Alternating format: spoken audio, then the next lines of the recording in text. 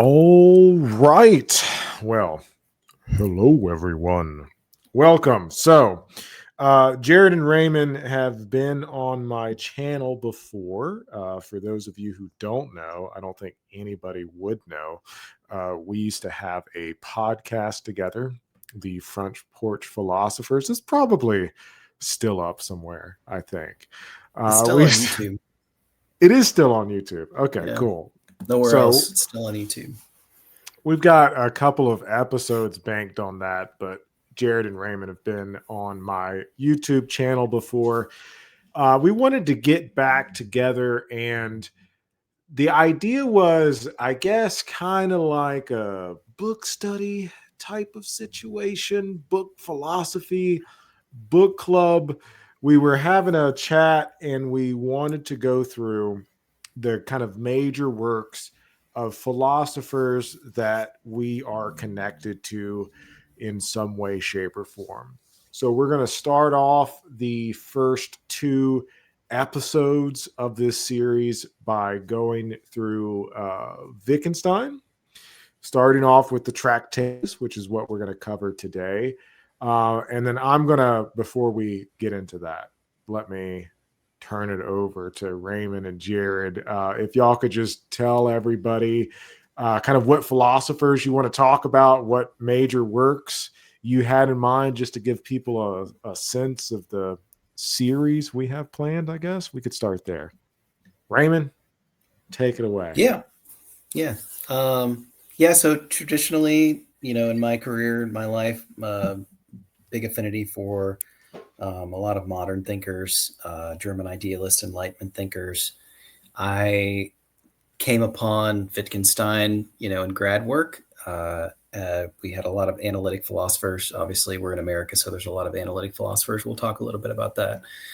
And I'm excited about Wittgenstein. I've been a big fan. There's a lot of interesting philosophy of religion topics and takes that we'll get to after we kind of get through the Tractatus and his career. Big fan of Kant, Kierkegaard, Schleiermacher, Schelling, those guys. So pretty much European intellectual thought from I'd say 1500s. I'll go that far back to late 1800s. So that's kind of my area and my interest, and we'll be picking up some folks from that time period over the next couple of weeks as well. Yeah. Jared? Well, for me, so my work kind of intersects the different areas in philosophy. Generally, my focus is on hermeneutics, so the study of interpretation and how we kind of construct worlds of meaning and the how life worlds are informed by ideologies and how ideologies in turn construct our sense of identity. And so I kind of see a philosophical interpretive lens on lots of different domains in philosophy. So my work has implications for study of religion, history, law, culture, those sorts of things. Um, and as far as thinkers go, I think the framework that I bring whenever I approach a problem has been largely informed by people like Nietzsche and Gadamer, um, uh, Gianni Vattimo, um, thinkers who have sort more or less seen things through this interpretive lens. And the later Wittgenstein, so after we get through the Tractatus and the philosophical investigations, has in its own way kind of presented a similar notion in terms of influencing philosophy away from the continent, an Anglo-American tradition, in sort of this focus on language as a mode for um, engaging with philosophical questions, thinking of them as linguistic problems first and foremost. All right. And if you watch my channel at all, I'm interested in the history and philosophy of science, specifically the philosopher Gaston Bachelard, which we'll be reading from, as well as the philosopher historian Alexander Corre. So my background's more coming from the French historical epistemology tradition, which views the philosophy of science in many ways kind of dependent upon the history of science. I think the best Anglophone equivalent to this would be like a Thomas Kuhn, is approaching the philosophy of science from that angle. But I think we're all kind of interested in the history of philosophy, generally speaking. So let's start off with maybe a high level view from a mile up. Why are we talking about Wittgenstein, and why are we making this division between early Wittgenstein and late Wittgenstein? I think it's arguable that Wittgenstein is perhaps, along with Martin Heidegger, uh, the most important philosopher of the 20th century. Um, Certainly, it's inarguable that, along with G.E. Moore and Bertrand Russell, he's the most significant philosopher in the Anglo American tradition. And then, of course, he's also been influential in the continental tradition. So he spans both of the major streams of Western philosophical thought post 20th century, um, with one of his two different philosophies. And as you said, one of the significant interesting things about Wittgenstein is perhaps unprecedented in the history of philosophy. I can't think of any other philosopher who has, at various stages in his life, presented two entirely irreconcilable philosophies, each of which have had their own major influence on a generation of subsequent philosophers. Um, so that alone would make Wittgenstein a worthwhile figure. Yeah, and on top of that, Jared's recently had a big publication that includes a lot of Wittgenstein. So it's a great opportunity to catch somebody while they're fresh off the press when it comes to expertise. Um, I've, you know, haven't read Wittgenstein to any great extent in a couple of years, but it was a nice chance to revisit, um, rekindle some research that I had done in the past. So it was exciting. But yeah, I mean, I think that's basically the crux of it. I mean, he's a very unique figure. He's extremely influential.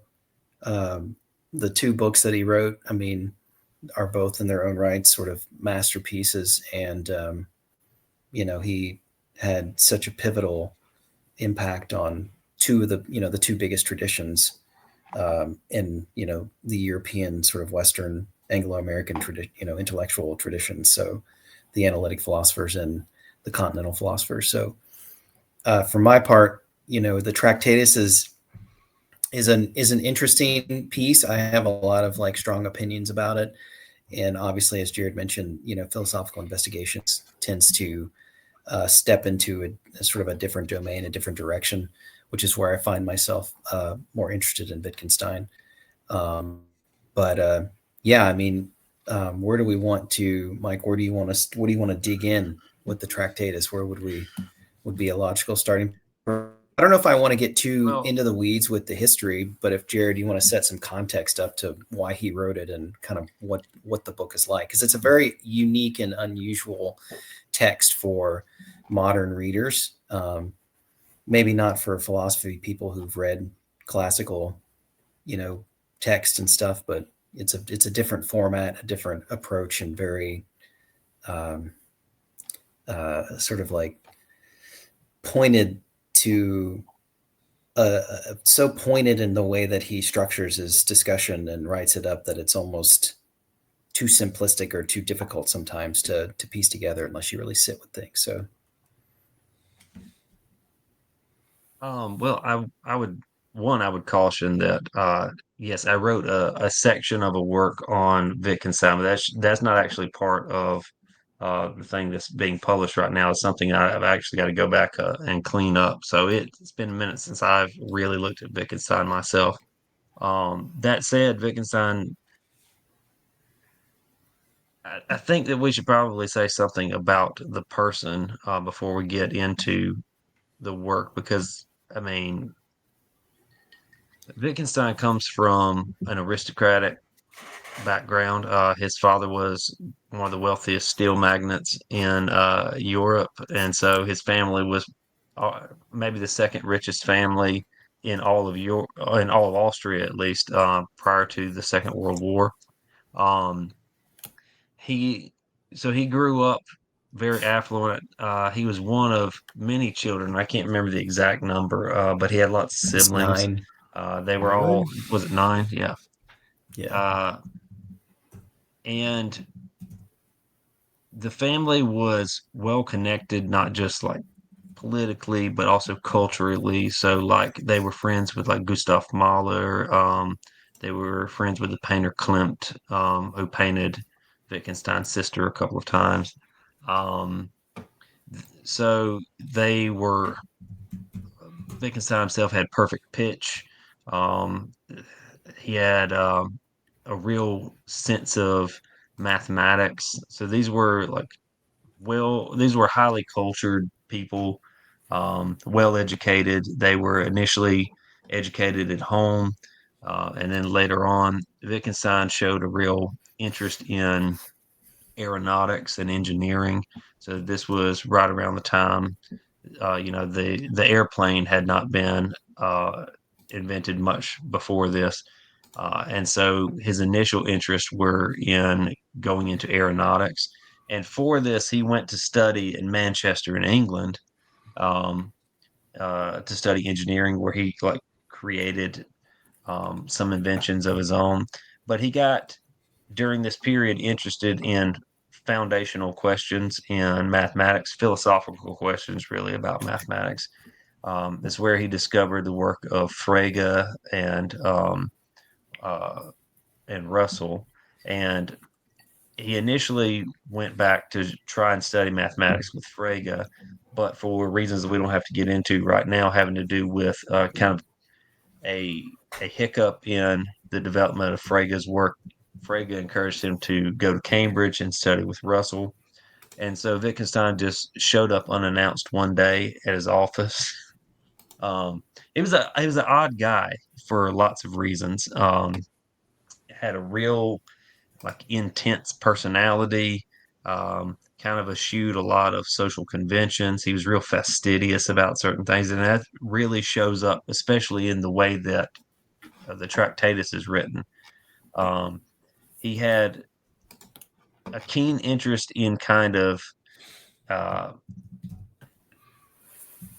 I'm trying to think of the word for it. I mean, he had almost Spartan sensibilities when it came to aesthetics.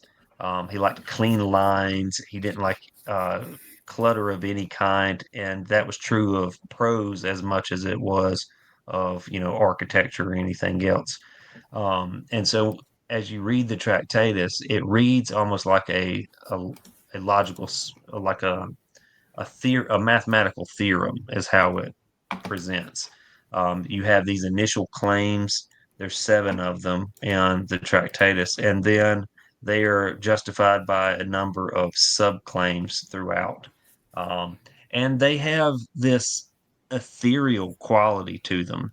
So if you read the lines, like the very first proposition that he presents is the world is everything that is the case. Um, and then of course there's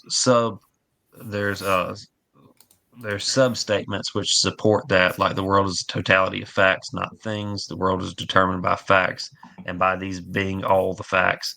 Um, but if you just read these seven lines, there there's almost kind of a haunting quality to the prose, um, that makes it's almost poetic in the way that it's presented, and again, like really fastidious um, terms. So that's the term that's coming to mind for me, at least. Um, Wittgenstein, he wrote the Tractatus. Um, I want to say he started it in the trenches during World War One. He left Cambridge. He'd become kind of disillusioned with the study of philosophy. Um, he went and started the Tractatus during the World War. He left England to go and fight for Hungary during the war. And after he wrote the Tractatus, he returned to England, and he thought that he had more or less solved all the problems of philosophy in dropping the Tractatus. Because essentially, the claim of the Tractatus, and we'll get back to this, is that most of the problems we think of as philosophical problems are actually pseudo problems of language. Um, and in kind of clearing away what can actually qualify as a philosophical problem, and then showing how even if they could be resolved, right, that anything that's kind of true is only tautologically true in a sense, that he thought that he had more or less settled all the problems, all the meaningful problems of philosophy, and then promptly gave up philosophy for about 10 years. Um, gave away his share of his family fortune and then went and worked as a gardener at an abbey for a while, as a school teacher, um, where he was a real terror uh, Yeah. to his young students, like grade school kids. He would lecture He them physically on abused young children. he would lecture them Yeah. on mathematics for about 2 hours every morning. If they didn't understand it, he would strike them. So, you know, Child abuse. uh, yeah, you get the sense that he was not an easy person to be around. But yeah, he eventually, uh, and this is something we can get into once we, on another day when we talk about the philosophical investigations and its significance. Um, he eventually not only came to have problems with the philosophy he lays out in the Tractatus, but he repudiates it, and then his notebooks, laying out his second philosophy, which he only kind of shared with his students at Cambridge during his lifetime. He eventually takes over the chair of G. Moore at Cambridge.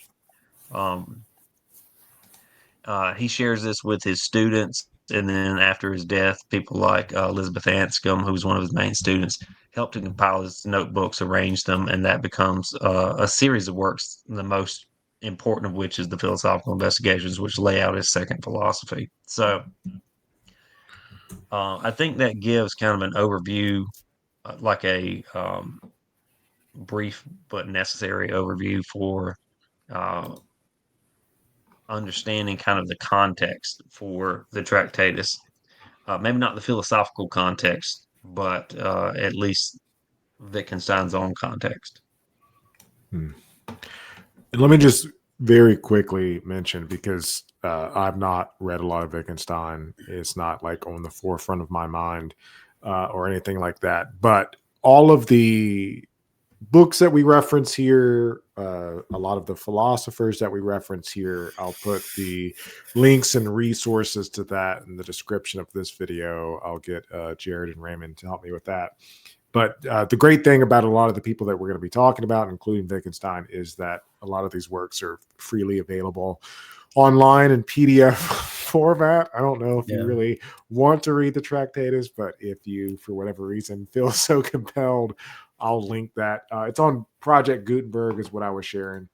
There's a free translation there. But yeah, Ray, I think you got some like questions or thoughts or to kind of get us into the Tractatus.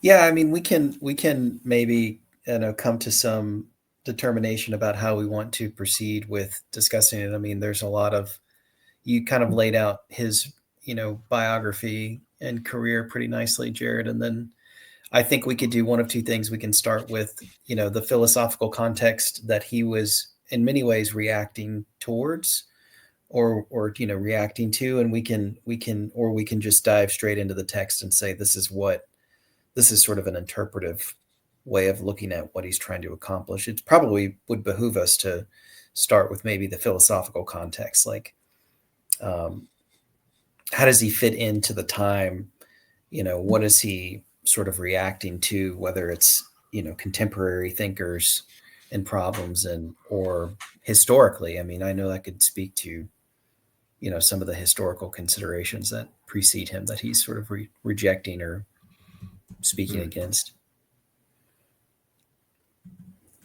yeah. Well, I think that the most direct responses actually are have to do with problems in foundational mathematics, which is very much outside of my wheelhouse.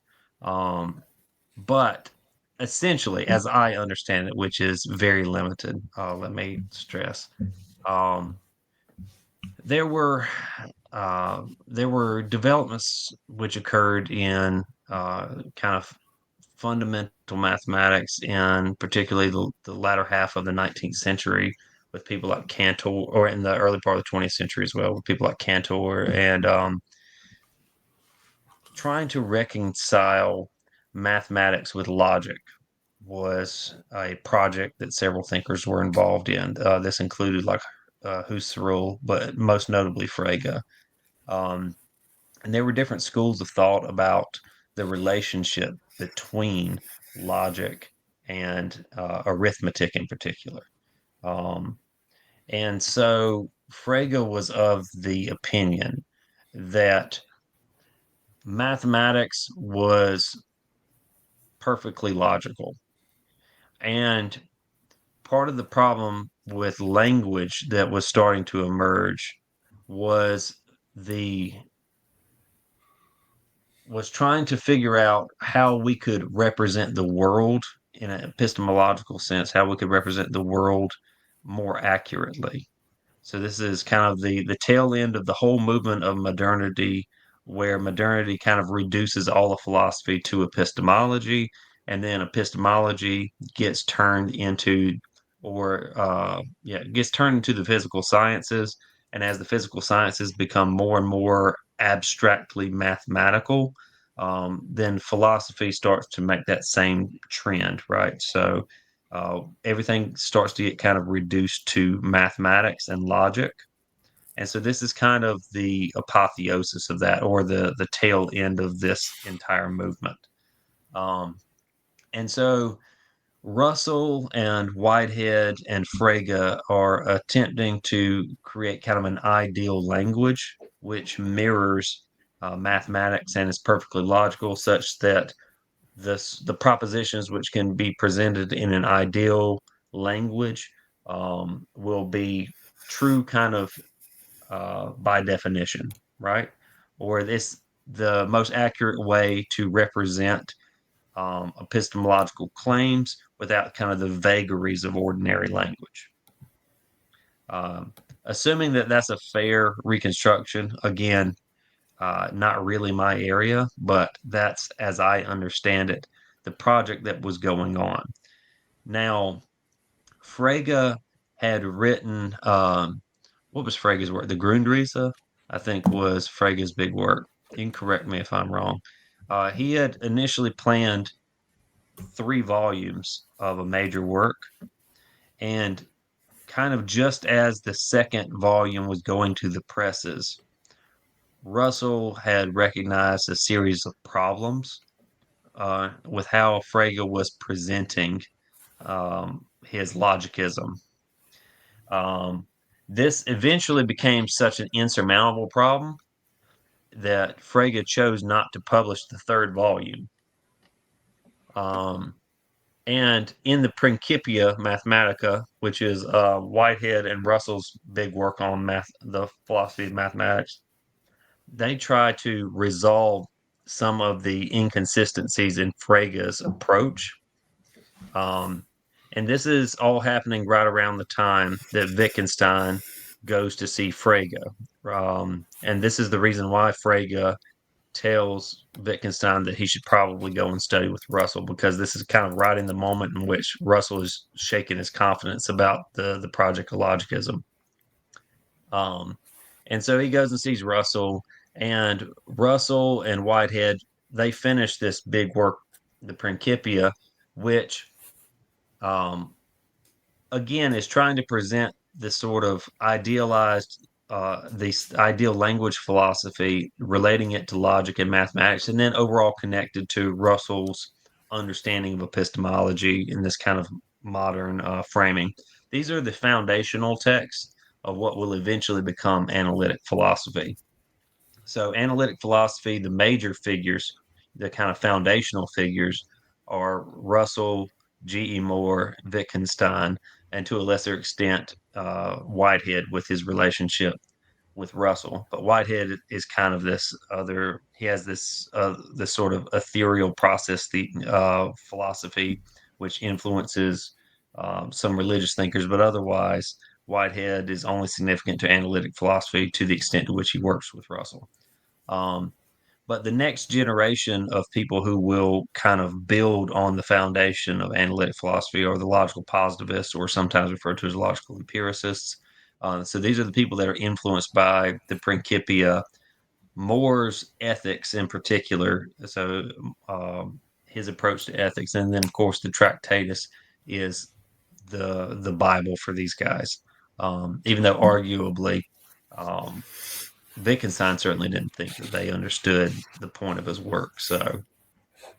No, no. Um, so that I think that's the framework is kind of this. The project is to say, okay, ordinary language is messy. Wouldn't it be great if we had like an ideal language? This is kind of where when we think if you had to take a class in formal logic, where everything's P's and Q's, and so you can read a what should have been a 30-page philosophical paper reduced to like 3 pages of symbolic logic. That's these guys' fault.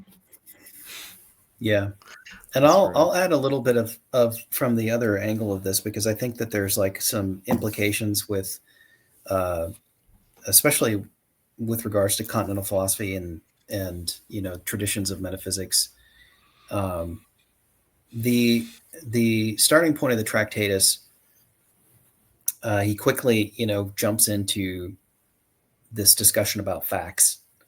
His second premise after the world is all that is the case is what is the case. A fact is the existence of states of affairs.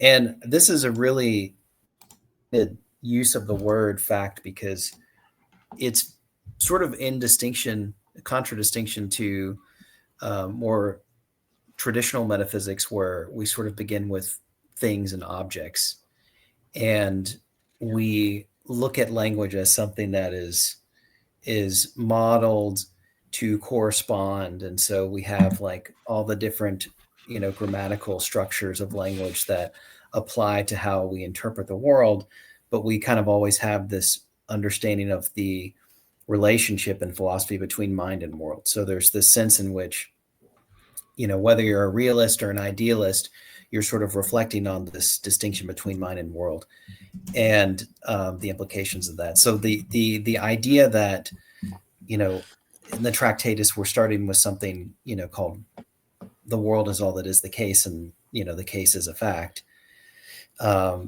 really like sets the limits, like really limits what you can say, and as such kind of like finds what can't be said. And so it's an interesting, in the world, I was sort of like learning about this, especially in the guise of looking back on this from the perspective of the investigations. There's definitely a sense in which you kind of like look at this as like, let's talk about like post metaphysics. I mean, this is sort of, I think his initial response is like very anti-metaphysical. But we can also kind of get into this idea about what is a world of like philosophy of post metaphysics, and kind of shifting epistemologically the question from like, what can we know to what can we say? Which is a huge shift, and, this is the beginning of the philosophy of language, eventually linguistics and the like. So it's a very similar trend where we go from when we're looking at the traditions in mathematics and them trying to come up with these sort of analytic reified, language, ideal languages, is the same sort of like another tradition of like, we're being anti-metaphysical and we're trying to you can say this, but you can't say that. And, so there's a very interesting dynamic between those two ways of looking at it. Yeah. And I'll just interject very briefly because to me, what I find really interesting about this, there is so much happening throughout the 19th century and in the early 20th century. Science, the history of science, like this is the time. Like there are like catastrophic scientific revolutions happening, and a lot of these philosophers are writing in the wake of these like major changes. And what I find interesting about it are borrowing some of the scientific language to serve philosophical purposes. And one of the things I noticed reading through the Tractatus recently, because again, I don't know a whole lot about Wittgenstein, but I thought it was interesting this kind of atomistic approach he was taking. So, like a little bit more historical context, atomic science starts to come into its own in the late 19th century. And like, yeah, these guys are talking about foundations of logic and mathematics, but this is also, you have to recognize, I don't want to say insular talk. There were mathematicians talking about this, but the mathematicians that were more natural science focused are talking about there are some radical changes that are happening in the foundations of mathematics. Yes, in the mathematics of electromagnetism that are happening in the mid 19th century, new forms of geometry that are emerging, including analytic geometry, more abstracted forms of mathematics, and then like most importantly, I think, is the development of atomic physics. And there's like two major British scientists, J.J. Thomson and Ernest Rutherford, that are making these like major breakthrough developments towards the tail end of the 19th century, leading into the 20th century, which is causing a lot of conversations in France, in Germany, and in England about the new atomism. Now, atomism is something we don't have time to go into because it's existed since ancient Greece, but it re-enters the philosophical conversation. And atomism, what I read when I read Wittgenstein is sort of, and correct me if I'm wrong here, but like, I guess an attempt to establish a linguistic atomism or a metaphysical atomism. So atomism is this idea that we can reduce reality down. We're searching for the most fundamental piece of reality. And for the classic Greeks, that was the atom. With J.J. Thomson and Rutherford, we start to understand that what we call the entity, the object that we're calling the atom, is a lot more mathematically and possibly experimentally complex, as we'll learn in the mid 20th century, than we previously believed. But the natural sciences are still searching for that foundation. How far does the rabbit hole go down? And I think because Wittgenstein uses atomistic language. Mm-hmm. And so my understanding of that, looking at the history of science, is okay, how far does this metaphysics go down? What can we base basic linguistic claims on? And I don't want to take it back to Aristotle, but kind of building off what you were saying, Ray, it does seem like, well, what can we say about like substance? Like what is the most metaphysically bare foundation? I don't know. That's what I got from it, especially with the atomistic language. I wanted to see what y'all thought. Is that on the right track, or is that just completely something he's just using kind of loosely? Yeah, I think so. I mean, you're right. Yeah. Jared can maybe speak to this a little bit better, but I think it gets into a common way of reading, Wittgenstein's Tractatus is aligned with this idea of the picture theory of reality, which we can kind of jump into. But that is the atomism, is that thoughts are essentially I don't know, objects or real in a way that the world can't be, because to claim sort of a realistic metaphysics of the world is something that you can't say. And maybe I'm pushing. That would I be my think interpretation. But Jared, what would you think? well, I think I can connect these if I don't get too off track. So I think the so Wittgenstein talks about atomic facts. For example, that's terminology that he uses, and he is thinking of it in these terms. So again, if we go back to Frege's logicism, so what Frege is essentially saying is that all logical claims he thinks um, are built on other logical claims. So if any statement that you make, which is true, he thinks you can reduce it down to another claim. So basically, he thinks that at base, there are a number of foundational claims which have to be true uh, by definition. And so all language is built on these foundational claims. And so his argument is that for anything to be logical, essentially, it has to be ultimately deconstructible into a foundational claim for which there is no more evidence that you can offer, right? So the claim is true as such, is tautologically true. And so Wittgenstein is doing something similar in the Tractatus with these propositions, which is to say, he summarizes it in the preface. So in the preface, he takes two of the claims. He says, what can be said at all can be said clearly, and whereof one cannot speak, therefore one must be silent." So as you said, traditional metaphysics begins with objects, right? So this Aristotelian metaphysics begins with objects. Um, and it's about offering propositions to ontological subjects or substances, right? Um, so there is an ontology which Wittgenstein is taking for granted, which operates exactly parallel to his claims about language. So his claims about language are also claims about ontology, about the way that the world is. So the world has to be structured a certain sort of way for us to say anything about it. So this is why his focus on language is important, because he thinks that it says something about the world as well. So if we think about the Tractatus, I think the fundamental question of the Tractatus is, how is anything sayable at all? So how is it that we can describe anything in the world accurately? I think is the foundational question. How is language at all useful?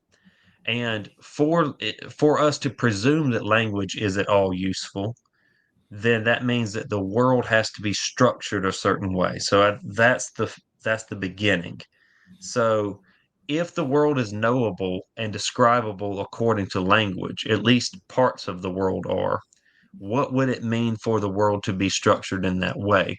And so this is how that atomic theory operates in terms of his ontology, which is to say, well, there are facts about the world. And to say facts about the world is to include not just the substances and objects in the world, which can then have propositions added to them. But he's thinking of facts about the world as containing these relational properties. So, in other words, it's not really meaningful to talk about you or I or the cup on the table or whatnot, apart from their connectedness and relations. And so this is only a cup insofar as there's any number of other relations that relationships to other things that it bears, right?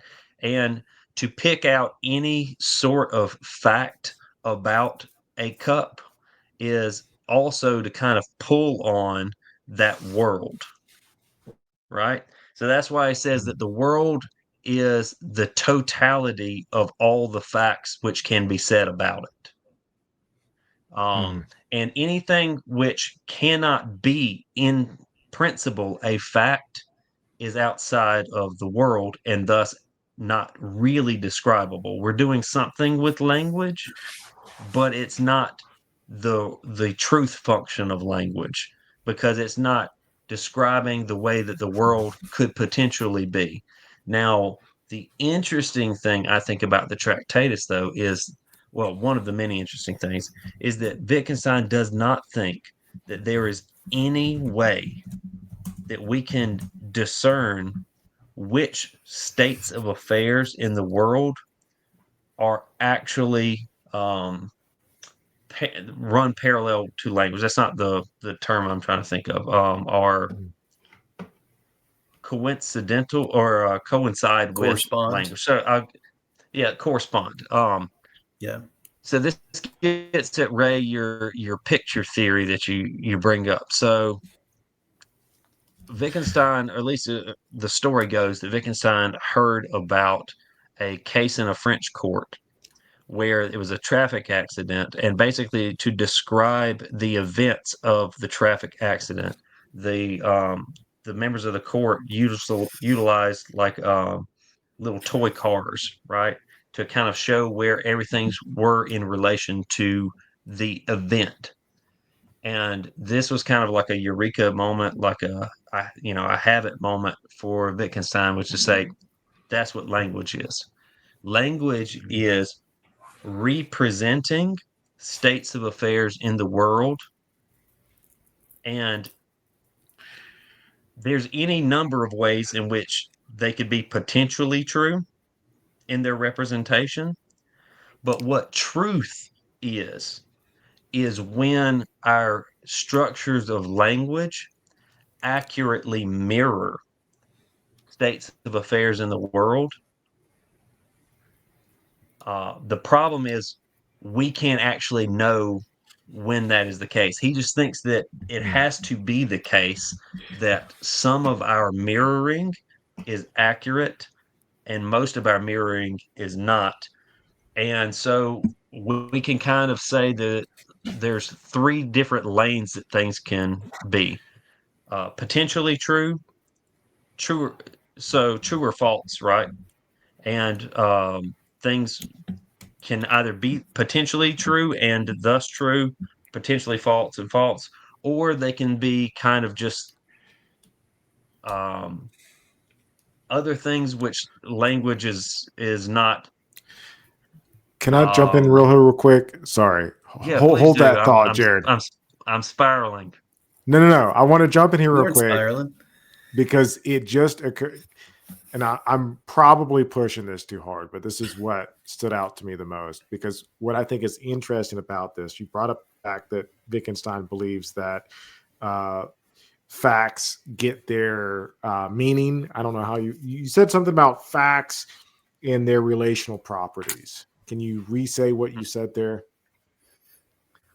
All right, so he thinks that again, maybe this is describing it too much, but let me Yeah. say again what I I think is want there. to build All off right, of so this. I hope it proves my okay, point. so he thinks that the only way that language, so again, the problem is how does language say anything really Yeah. about the world, right? How does it say anything? Well, he thinks for it to say anything, then it has to be the case that it corresponds in some way to the world, which he thinks means that there are ways in which the world is structured. And in the instance where language accurately reflects some state of affairs in the world, then that is what it means for something to be true in Mm. this corresponding way. Okay. Now, So I'll yeah. go ahead and I'll come back to this.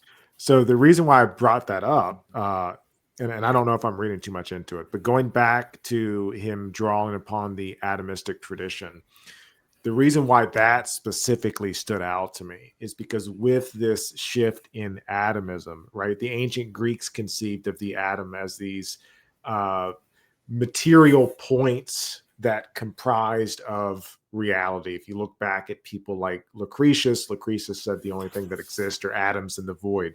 They're these little material particles that are moving around, colliding with each other. But it seems that Wittgenstein is making a logical move that 19th and 20th century atomism will make, which is to say that atoms are not these independent, isolated entities, but are rather, this is where the mathematical part is, mathematical entities until they were experimentally demonstrated, mathematical entities that are best understood in relation to other particles and entities.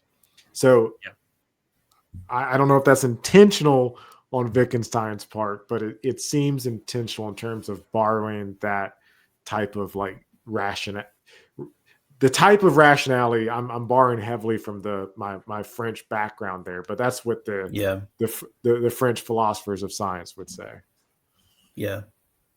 No, I think No, I there's think no, that's right. Yeah, go ahead, Ray. I don't know if it's intentional, as far as like the motivations and the inspiration behind it, but I mean, it's definitely a parallel to it. I mean, we don't begin with the object in the Tractatus, and that's very intentional. So when we think of, the world as a state of affairs, the picture theory of reality, as he comes to start speaking of it, it is humans, and maybe this violates the Tractatus, but there's a sense of like situatedness, there's a sense of like perspectivalism, there's a sense of of uh,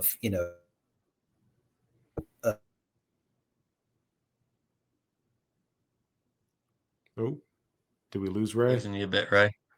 on you know uh, You froze up.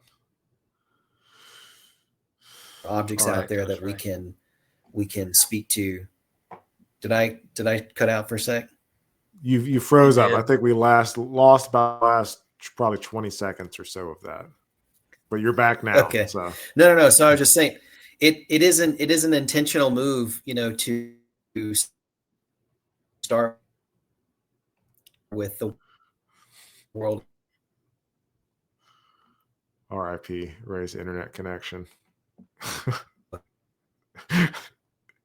we'll just All right, keep doing this. I'm going to potentially talk over him when he comes back, but he said something about perspectivalism, and I think that's true And for the philosophical investigations, but not true for state the Tractatus, of because I think that what's going on with the Tractatus is a, a pic a picturing. Let's think of it in this sense: the picturing of like a photo of movement.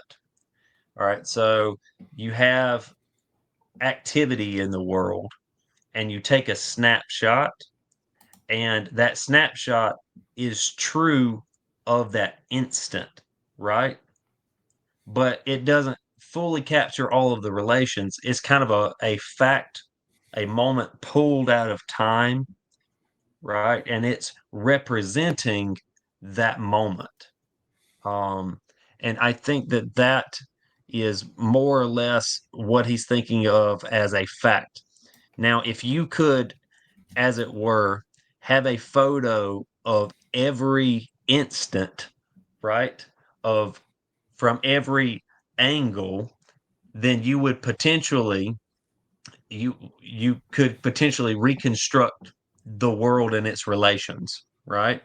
He's not using this language. I'm using this as maybe a terrible analogy, but uh, this is the reason why he begins it. The first proposition is the world is everything that is the case, right? So the world isn't just potentialities um, and actualities. It is just the totality of actualities, right?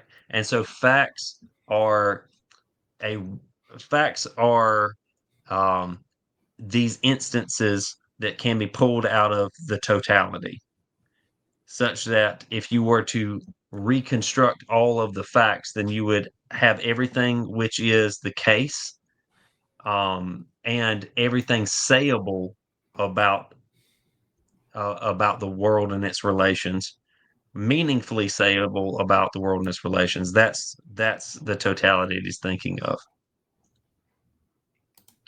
All right, Ray, you're back. I am back. I switched to my phone because clearly my internet was giving me issues. Um, but yeah, what are we talking about now? Where are we at? You Well, I got was just saying, I interrupted thought that just the as you perspective, started talking. Yeah, go ahead. yeah, I think that the perspectival aspect of it, I said, I think is true of the philosophical investigations, but I think that the insofar as perspective is in the Tractatus, I think it's just that it's an aspect of the world, right? So it's not so much um, your your own. So for later thinkers, the idea is that everyone is kind of a world, right? And has a world of relations, and that we construct a sense of self out of those relations, and so that every person is kind of uniquely um, their own totality. I don't think that Yeah. Wittgenstein at this stage is thinking like that. Instead, I No, think no, no, he's no. thinking of, yeah, the world is this other thing that is a collection of actualities, some Yeah. of which we can discern, um, or we can say something about, and others we can't. Yeah. No, no, no, no. I mean, when I preface that, I preface it to say that, I'd probably be violating the Tractatus, but those are, I think, inevitabilities. I mean, I think that that's in many cases why the Tractatus comes up short, is because, there is no sense in which you can speak. I mean, what does it even mean to speak about your own self-awareness and stuff like that? There's no space for that in the Tractatus. But, like you said, at the beginning, there's an assumption to it. And I do think that there is an assumption, and even if it's, maybe if we remove the tradition, the actual perspectivalism and situated selves tradition from the equation, if we just think of it from a very like strict point of view, like the perspective of the world, you know, the limits on language and what we can say, we can speak to this, combined set of these states of affairs, these combined set of objects. But we hope that our language can correspond to some truth about that, but then we can't inevitably confirm or be certain of that, right? With at least, using the framework of the Tractatus. Obviously, Wittgenstein will go on to, undermine a lot of this and say, well, it's an interesting exercise to put such strict limits on yourself. Um, but yeah, no, that's what I was trying to get at is essentially is that, you are viewing this from a perspective in the sense that it is the perspective of the state of affairs, like the world as a state of affairs in front of you, always and ever, is sort of how it reads. And so that is your like limitation. He's really like narrowing down that perspective, not in the sense of like, later thinkers who would then go on to create more robust sort of uh, um, phenomenological philosophies of perspectivalism. So maybe remove the tyvalism and just focus on perspective. But yeah, no, I think you're right. That would not be quite the same thing. But in later Wittgenstein, for sure, there's like a sense there that he kind of put two and two together. Like maybe we should talk more about the self, you know, experience, situatedness, and the like. I think that I think before we end this, we have to talk a little bit about how this was taken. So, like, Yep. the first people to kind of pick up on. So initially, the Tractatus, when it comes out, it was initially published in German, and then in the English translation from Ramsay and Ogden, which was kind of um, not really supervised, but approved by Wittgenstein. So, like, Ramsay in particular went to visit uh, Wittgenstein several times to ask questions about the work or whatnot. So it kind of it the English translation has Wittgenstein's stamp of approval on it for that reason. Um, it was initially met with kind of curiosity. I think people didn't know what to make of it. This very terse, um, and again, Spartan. I think in his presentation, and people were confused by it. It's almost like reading a spell book more than a work of philosophy. There's no narrative to it, right? Mhm. Um, so it has this like uh, incantational quality with its presentation. So the first people to kind of start meeting about it was the Vienna Circle, and these guys, they have an understanding of this work, which is again ties it to Frege and Russell in a way that Wittgenstein probably wouldn't have, because Wittgenstein already in the Tractatus is moving away from Russell and Frege in particular. He sees inconsistencies and problems with their presentation, which is kind of the whole point of the Tractatus. And what the positivists do is they kind of reconcile the Tractatus's presentation with essentially Russell's empiricism, right? So Russell has this whole theory about like sense content and whatnot, and whenever Wittgenstein's atomism is presented, these guys more or less relate it to other things that they've picked up in Russell, right? So sense content, you know what I'm talking about? Like we never have um, we this is kind of a form of Kantianism, right? Where we never actually touch the desk. We only have, the sense content in our mind, and we construct the desk from. So all of that business is going on. So they Yeah. start inviting Wittgenstein early on to come to some of their meetings so they can discuss the work or whatnot. And Wittgenstein is thoroughly uninterested in their presentation, doesn't think that they really get what he's trying to say. And the philosophers that Wittgenstein is really interested in don't feature really in their approach at all, right? So the philosophers that Wittgenstein actually thought were interesting were people like Schopenhauer and Kierkegaard, right? Um, and so at some of these meetings, for example, they expected him to more or less brief them on changes in mathematical philosophy, and instead he turns his back on them famously and starts reading poetry, right? Mhm. Because he thinks that, again, the problems of philosophy are pseudo problems of language at this stage. And the other important bit that Wittgenstein says is that those things that we can't speak of, we should remain silent about, which they took to mean that anything that is meaningless in this sort of uh, logical way um, it should be disparaged, right?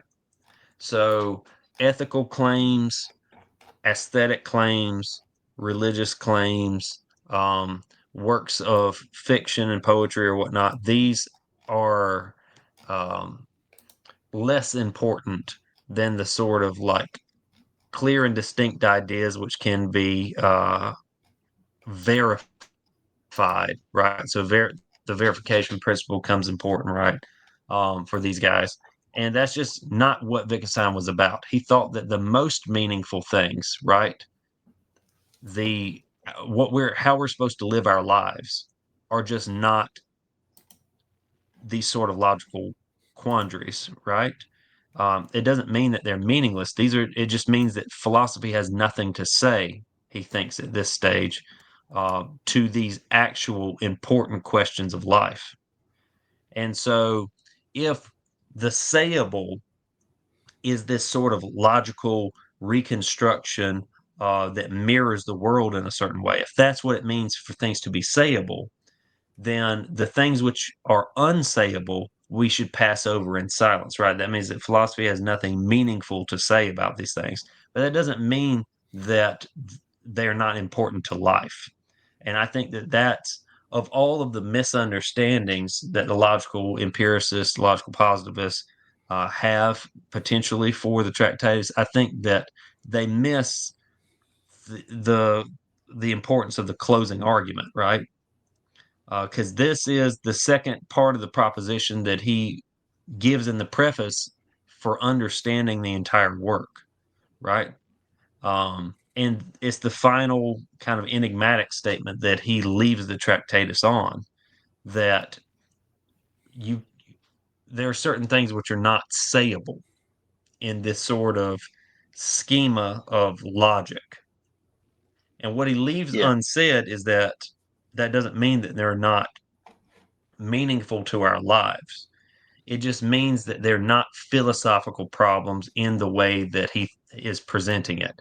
Um, and I don't know if it's owing to this confusion, but this is something that he spends a lot more time on in the philosophical investigations in terms of um, he gets rid of this sort of stilted way of presenting the arguments, right? There's a lot more narrative in the philosophical investigations, and he's keen to focus on these other aspects of life in the philosophical investigations in a way that he's not doing in the Tractatus. But I think that that's where we get into some of this sort of rejection of metaphysics in the kind of Kantian sense of metaphysics, right? That anything which can't be said is some sort of transcendental. That's puffery, right? That can be easily dismissed. Um, you get that in like Carnap and Ayer or whatnot. But pretty quickly after these guys, even in analytics, people start to find inconsistencies and problems with like the verification principle, for example. Yeah. Yeah. I'd like to add a little bit to that. I mean, I know we're pressed for time, but that was something I always had to warn my students about, is that this isn't, he's not a nihilist. And what it really shines a light on, and what I'm excited to talk about when we talk about, the investigations, is that when you contemplate the role of what might be considered, or what I would call like post-metaphysical approach to meaning and religion and morality and things like that, the way that the impact of Wittgenstein's work in the Tractatus, that I think in many ways still carries over in new forms later in other works of his, and also people he inspired, is this idea that you don't have to have an underlying meta reality to find things meaningful for yourself. And I think that that is like one of the big takeaways, is that when you aggressively set limits, to what you can say about the world from a philosophical perspective, but then realize that he is also advocating that you can have meaning in your life regardless of whether or not we can spell it out in metaphysics, is in many ways a very liberating, approach to philosophy down the line that we can talk to. But I just want to reiterate, it is not nihilistic. There's definitely a sense in which, he's sort of touching on these ideas, or at least intimating that at some point, meaning isn't tied to whether or not there's a metaphysical reality. It's really tied to something else, which we can talk about in another discussion. Okay. Yeah, I Yeah. think, he's more or less saying like if it means if truth as correspondence is the philosophical kind of standard or whatnot, then it's just not meaningful to say like you should treat someone fairly, right? That's not like setting out a board to show how like a traffic accident happened, right? So you can't mirror the world in that sort of way. But that doesn't mean that you should treat people ethically, or should treat people fairly is not a consideration that we have to engage with in the world. It means that if the problems of philosophy are linguistic problems, and language is about mirroring the world in this sort of corresponding way, then anything that doesn't do that is just not within the purview of this undertaking. Yeah. All right. Yeah, I think that's a good place to end it. I think we'll be talking about Wittgenstein's philosophical investigations on the next episode of whatever we're calling this, the Front Porch Philosophers Reunited, and it feels so good. I think that's what we're going to call it. Apologies for my singing. Thanks for listening. That's right. I'm probably going to get a copyright strike for that. Yeah, thanks for listening. I'll put all links to the references that we made to the different, I think we referenced probably about a dozen different philosophers, but I'll do my best. I was taking notes to remember who we talked about. Some really great, just introductory sources. Project Gutenberg has got Tractatus, probably philosophical investigations as well for free. Stanford Encyclopedia of Philosophy, Internet Encyclopedia of Philosophy. I'll just give those two places a quick shout out. Thanks for listening, and we'll see you all